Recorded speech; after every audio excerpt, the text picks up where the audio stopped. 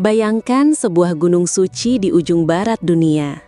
Di sana tumbuh pohon persik yang buahnya hanya muncul sekali setiap 3.000 tahun.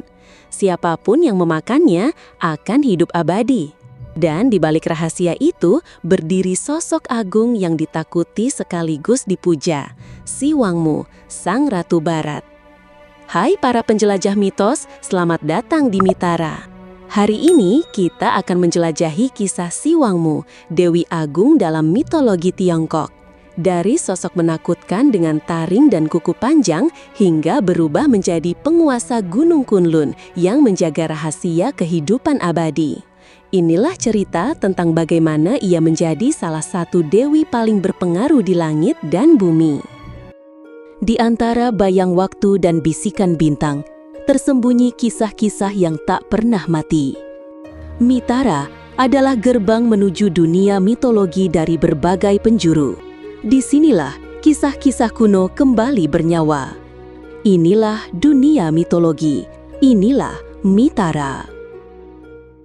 Di masa paling awal mitologi Tiongkok, Si Wangmu tidak digambarkan sebagai dewi cantik dan penuh kasih. Ia disebut sebagai sosok yang menakutkan. Ia tinggal di bagian barat, di sebuah pegunungan liar yang dianggap berbahaya. Penampilannya jauh dari anggun. Si Wangmu memiliki taring panjang, rambut kusut, dan cakar tajam seperti harimau. Ia tidak mengenakan mahkota emas atau jubah indah seperti gambaran dewi pada masa kemudian. Sebaliknya, ia lebih mirip roh buas yang membuat manusia gentar hanya dengan mendengar namanya.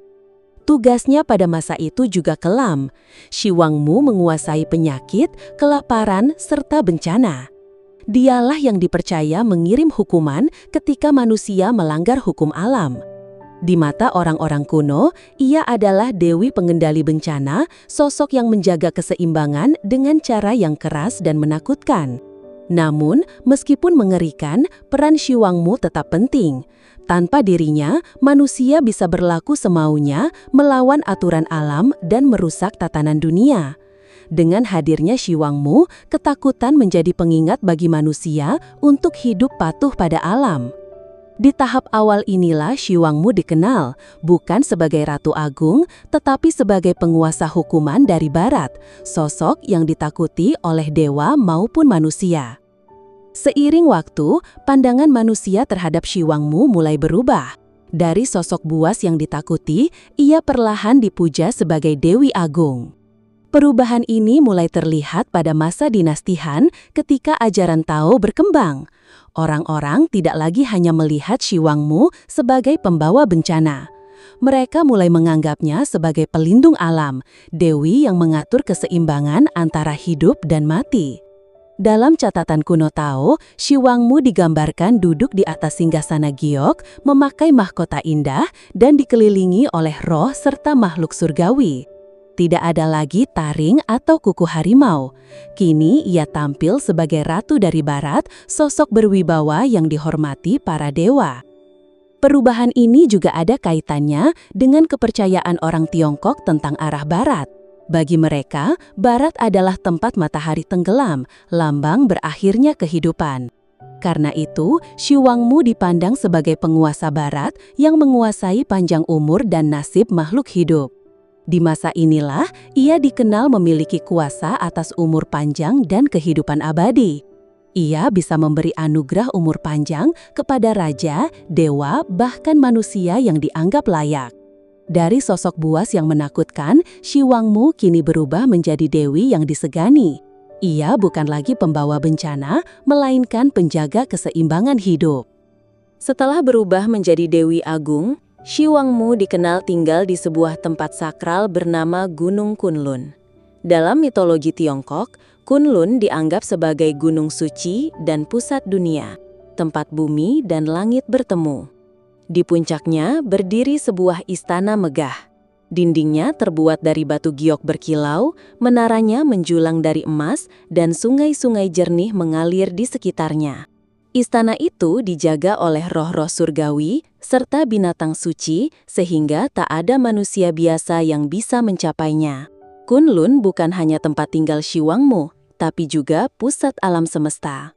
Di sanalah para dewa dan roh sering datang untuk meminta petunjuk. Shi Wangmu duduk di singgasananya, mengawasi dunia, mengatur perjalanan hidup, dan menjaga keseimbangan antara langit dan bumi. Gunung Kunlun juga digambarkan penuh dengan taman-taman indah. Angin sejuk berhembus, bunga-bunga abadi bermekaran, dan burung-burung langka bernyanyi. Semua itu menegaskan bahwa Kunlun adalah simbol kesempurnaan, tempat di mana dunia manusia dan dunia dewa berpadu. Bagi orang Tiongkok kuno, Kunlun bukan sekedar gunung. Ia adalah pusat kehidupan alam semesta dan di sanalah Shi Wangmu, Sang Ratu Barat, memimpin sebagai penjaga rahasia keabadian. Di taman istana Shi Wangmu yang megah, tumbuh sebuah pohon yang sangat istimewa. Pohon ini tidak sama dengan pohon lain di dunia, karena darinya muncul buah yang menjadi rahasia kehidupan abadi. Itulah pohon persik keabadian. Namun, buah ini tidak mudah didapat. Pohon persik hanya berbuah sekali dalam 3.000 tahun. Saat buahnya matang, aromanya menyebar ke seluruh Gunung Kunlun, dan cahaya lembut terpancar dari setiap buahnya.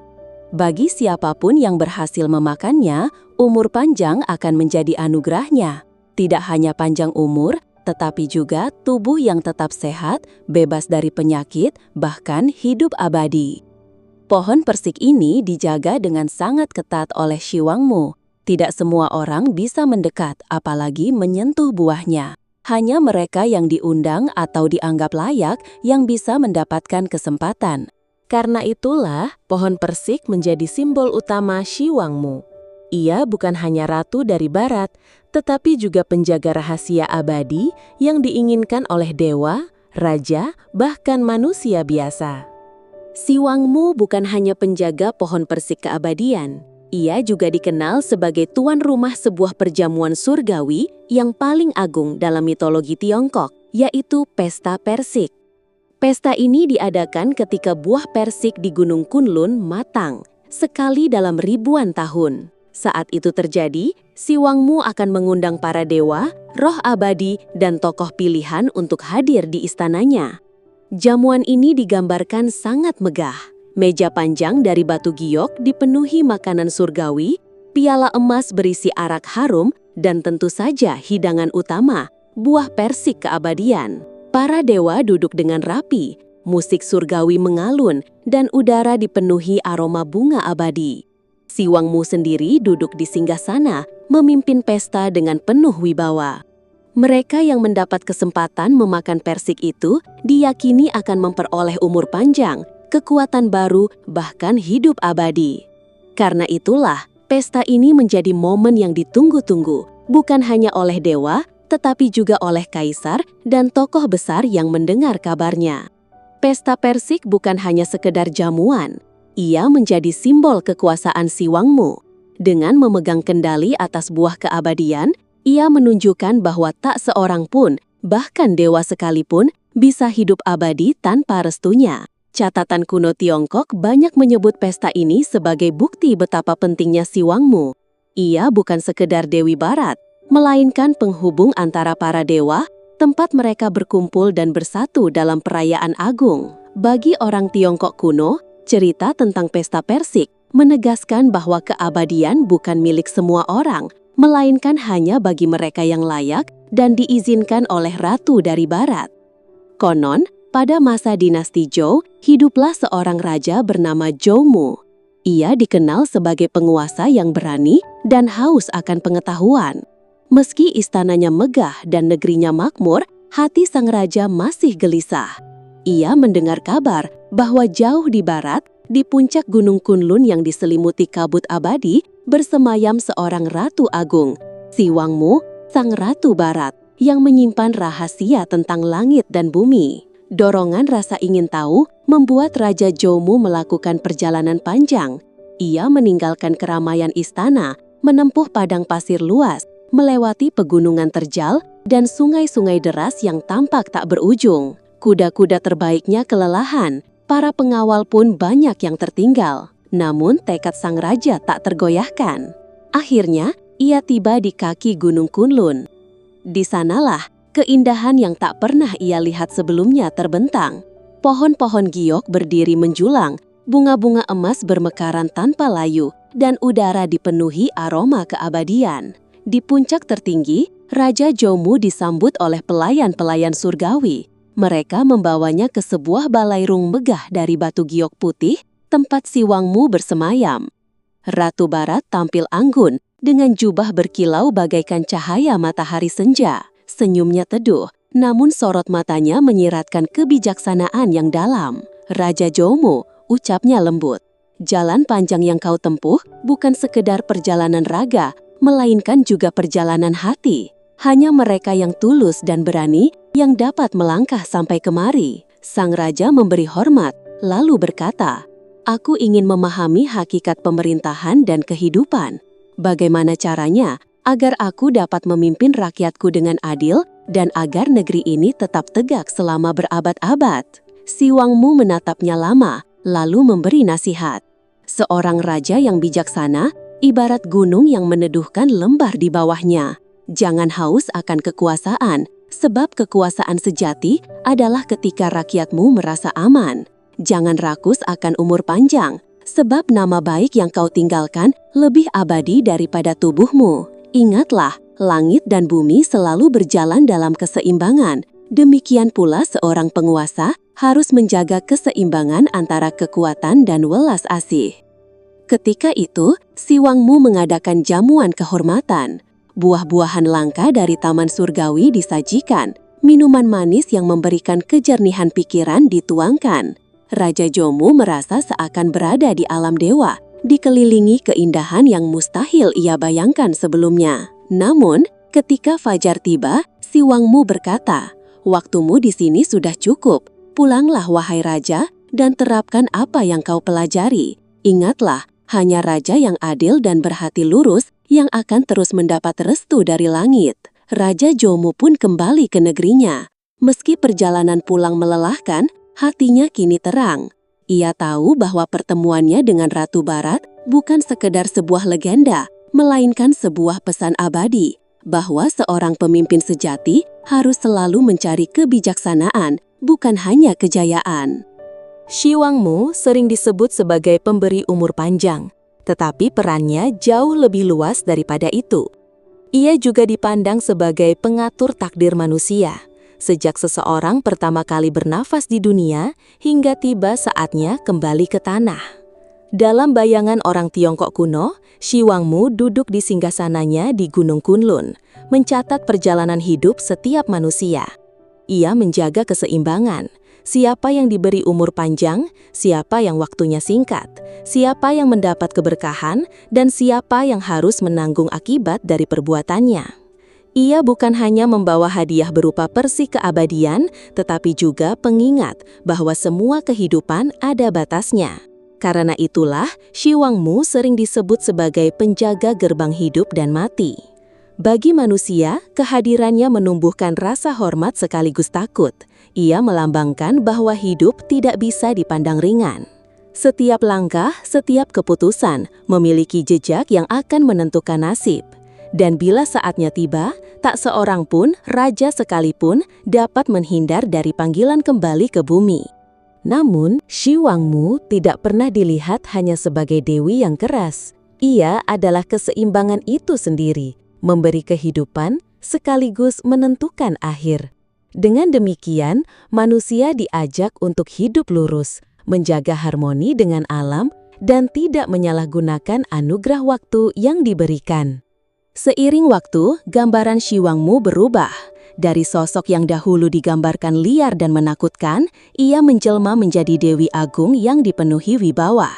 Ia bukan sekedar penjaga pohon persik atau penguasa Gunung Kunlun, tetapi lambang kekuatan yang lebih dalam, perubahan, keseimbangan, dan keabadian. Di mata orang Tiongkok, Shi Wangmu adalah ibu para abadi. Dari istananya di barat, ia menjadi tempat semua dewa berkumpul, menjadi jembatan antara langit dan bumi. Kehadirannya menegaskan bahwa keseimbangan adalah hukum tertinggi. Tidak ada keabadian tanpa kematian, tidak ada anugerah tanpa ujian. Itulah sebabnya ia disebut Ratu Barat. Barat dipandang sebagai arah matahari terbenam, lambang berakhirnya hari, sekaligus pintu menuju keabadian. Shi Wangmu memegang peran itu, menjaga agar siklus hidup terus berjalan sesuai aturan surgawi. Dalam budaya Tiongkok, namanya diwariskan dalam doa, cerita rakyat, hingga kesenian.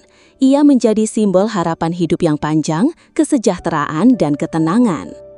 Lebih dari sekedar dewi, Shi Wangmu adalah gambaran bahwa setiap manusia selalu mencari keselarasan antara hidup dan mati, antara manusia dan alam, antara dunia fana dan dunia abadi. Dan karena itulah kisahnya tetap hidup dari masa ke masa sebagai Ratu Barat yang abadi.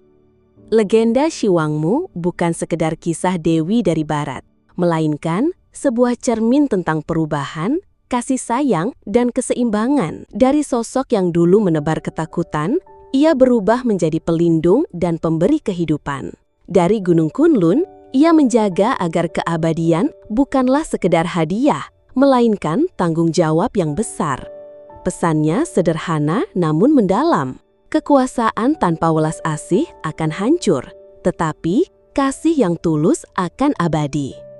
Setiap manusia, sebesar apapun dosanya, selalu memiliki ruang untuk berubah, seperti Shi Wangmu yang beralih dari gelap menuju terang. Jika kalian diundang ke pesta persik keabadian oleh Shi Wangmu, apakah kalian akan memakannya? Tulis di kolom komentar ya. Legenda usai diceritakan, tapi maknanya baru saja dimulai. Jika kisah ini telah membawamu menyusuri taman surgawi tempat persik keabadian mekar, maka biarkan Mitara terus menuntunmu menapaki legenda-legenda lainnya. Klik like, subscribe, dan bagikan agar cerita abadi ini terus bersemi di hati banyak orang, seperti pohon persik yang tak pernah layu di istana langit. Terima kasih telah menjelajah bersama Mitara.